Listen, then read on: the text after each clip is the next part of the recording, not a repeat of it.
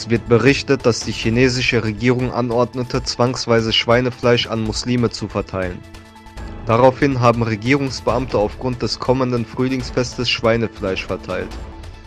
Alim, der Präsident für Koordination der städtischen Angelegenheiten Guljas, teilte bei WeChat mit, dass China vor dem Fest Schweinefleisch an muslimische Türken verteilte und ihnen ein frohes Fest wünsche. Huawei wird nicht nur von den USA kritisch betrachtet, nun kommt ein weiteres Land dazu, welches vor Huawei warnt.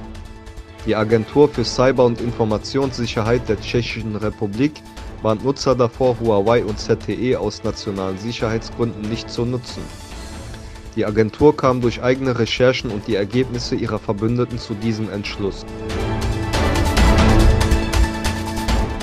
Die UN verurteilt jüdische Siedler, weil diese das Dorf El Morir in der Westbank überfielen und einige Dorfbewohner getötet und verletzt haben. Der Hohe Kommissar für Menschenrechte bei den Vereinten Nationen Rupert Colville sagte auf einer Pressekonferenz in seinem Büro, dass man über die wiederholten brutalen Angriffe auf Palästinenser in El Morir besorgt ist.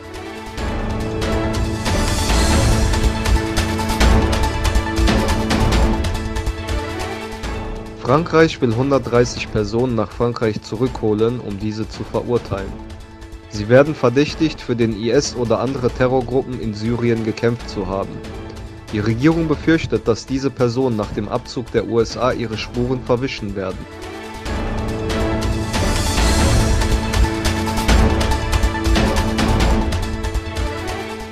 John Bolton, Berater für nationale Sicherheit im Weißen Haus, hielt während einer Pressekonferenz eine Notiz in der Hand, worauf 5000 Soldaten nach Kolumbien stand.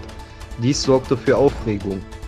Weiterhin fiel eine Karte hinter ihm auf, worauf die Türkei und andere Staaten, die Maduro unterstützten, rot gekennzeichnet waren.